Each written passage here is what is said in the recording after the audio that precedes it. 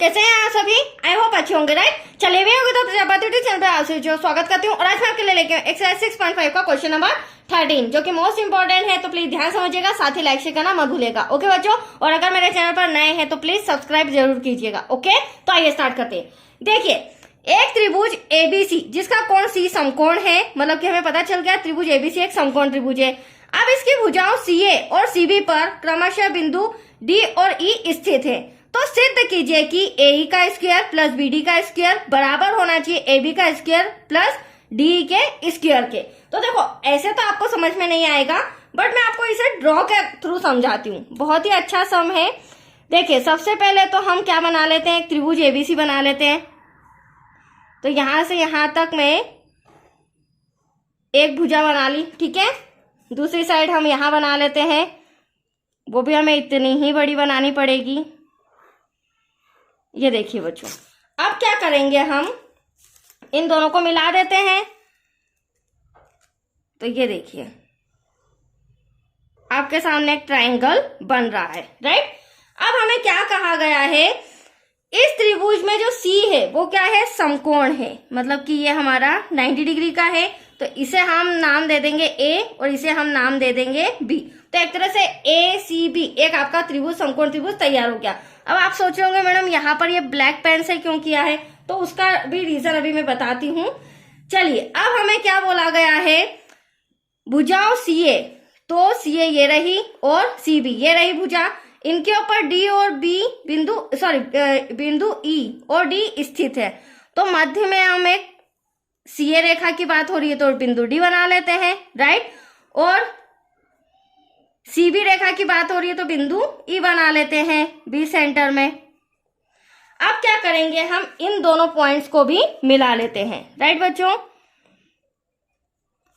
देखिए, इस तरह से इसे भी मैं ब्लैक पेन से ही खींच रही हूं। देखिए, इतना समझ में आ गया। अब इससे हमारा एक और ट्रायंगल बन गया है। यहाँ पर आप देख सकते हैं ई सी डी, ये दो बड़े, एक बड़ा ट्रायंगल एक छोटा ट्रायंगल। अब हमें सिद्ध क्या करना है, तो सबसे पहले मैं लिख लेती हूं, उससे आपको और समझ में आ जाएगा। सिद्ध करना है, देखिए, ए का वर्ग प्लस बीडी का वर्ग बराबर होना चाहिए ए बी का वर्ग प्लस डी के वर्ग के। अब हम यहां पर देखते हैं हमारे पास क्या क्या चीजें हैं। तो देखो, आप देख सकते हैं ए ई, मतलब कि यहां से यहां तक हमें एक रेखा मिलानी होगी, राइट। बी डी, बी से हमें डी को भी मिलाना होगा, एक रेखा यहां खींचनी है सिद्ध करने के लिए। फिर हमें ए बी बोला है, तो ए बी आपको ये नजर आ रहा है, ये हमें सिद्ध करना है और साथ ही साथ डी को सिद्ध करना है। तो पहले हम ए ई एक रेखा खींच लेते हैं। ये देखिए, यहां से यहां तक मैं एक रेखा खींच रही हूं क्योंकि हमें ए ई का वर्ग सिद्ध करके बताना है। ठीक वैसे ही यहां से यहां तक एक और रेखा खींच रही हूं। अब ये सभी रेखाएं मैंने ब्लैक पेन से क्यों खींची वो मैं आपको समझाती हूँ। तो देखो बच्चों, सबसे बड़ी बात, तो ये जो ड्रॉ मैंने बनाया ना, पहले इसे समझा देती हूँ। इसमें हमें 4 ट्रायंगल मिल रहे हैं। कौन, कितने ट्रायंगल है, 4। सबसे पहले तो हमारा ट्रायंगल बन रहा है, आप देख सकते हैं ए सी बी, राइट। दूसरा यहां पर बन रहा है हमारा बी सी डी, ये वाला ट्रायंगल। और इन दोनों ट्रायंगल में आप देख सकते हैं ये हमारा विकर्ण है। ए बी की बात करूं बड़े त्रिभुज की, तो ए बी विकर्ण है, और बी सी डी की बात करूं तो यहाँ पर बी डी विकर्ण है। फिर अगला त्रिभुज हमें मिल रहा है ई सी ए, तो यहाँ पर ए ई भी हमारा क्या है, विकर्ण। और आप देखते जाइए, जो मैं विकर्ण बता रही हूँ ना, एटलीस्ट वही हमें सिद्ध करना है। ए बी का वर्ग, ए ई का वर्ग, अगर मैं बात करूं इसकी तो बीडी का वर्ग। देन लास्ट में छोटा वाला ई सी डी, इसकी बात करूं छोटे वाले ट्रायंगल की, तो इसमें भी हमें डी का वर्ग सिद्ध करके बताना है। तो कहने का मतलब ये है बच्चों, इन चारों समकोण त्रिभुज में ये चारों विकर्ण है जो मैंने ब्लैक पेन से ड्रॉ किया है। तो एटलीस्ट अब आपको समझ में आ गया, हमें चारों त्रिभुज लेना होगा, समकोण त्रिभुज है, चूंकि चारों समकोण त्रिभुज लेंगे, पाइथागोरस प्रमेय का यूज करेंगे और इसे सिद्ध करके बताएंगे। तो सबसे पहले मैं त्रिभुज ले रही हूं ए सी बी में, बड़ा वाला ट्रायंगल। तो देखिए, त्रिभुज ए सी बी में एंगल सी, तो देखो सभी ट्रायंगल में 90 डिग्री एंगल सी ही होगा, राइट। अब यहां पर समझने वाली बात यह है कि ए सी बी आ रहा है तो कर्ण क्या हो जाएगा, ए बी का वर्ग हो जाएगा। अब आपको ये समझना होगा, कर्ण हो जाएगा ए बी का वर्ग फिर अगर मैं लंब की बात करूं वो हमारा हो जाएगा BC का वर्ग। आपको बस ट्राइंगल समझना होगा और आधार हो जाएगा हमारा AC का वर्ग। इसे मैं दे रही हूं इक्वेशन नंबर 4। इसी तरह हम चारों ट्राइंगल से 4 इक्वेशन लाएंगे और फिर मैं इजीली आपको ये सिद्ध करके बता दूंगी, राइट। अब हम ट्राइंगल लेंगे BCD में, राइट। तो देखिए इसी प्रकार त्रिभुज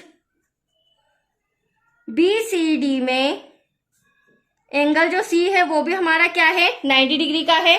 तो अब हम क्या करेंगे, BCD की बात करूं तो यहां पर आप देख सकते हैं जो BD है वो हमारा कर्ण है, तो ये वापस से हो जाएगा BD का वर्ग। फिर BC हमारा क्या हो जाएगा, लंब हो जाएगा। देन CD क्या हो जाएगा, हमारा आधार हो जाएगा। यह हो गया हमारा इक्वेशन नंबर 2। अब हम ट्राइंगल ले लेंगे ECA, ये वाले ट्राइंगल में, राइट। तो यहां लिखेंगे त्रिभुज ECA में जो एंगल C है वो क्या है, हमारा 90 डिग्री का है। तो अब ECA में आप देख सकते हैं जो AE है वो हमारा कर्ण हो जाएगा, जो कि हमें सिद्ध भी करना है बच्चों।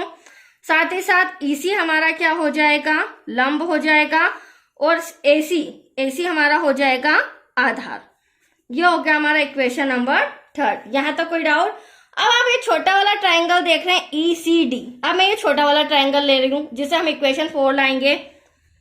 तो त्रिभुज ECD में एंगल C बराबर 90 डिग्री का। अब इसकी बात करूं तो D² लेंगे बच्चों, राइट, जिसे हमें सिद्ध करना है। D का वर्ग बराबर है EC के वर्ग के और EC का वर्ग बराबर है DC के वर्ग के प्लस।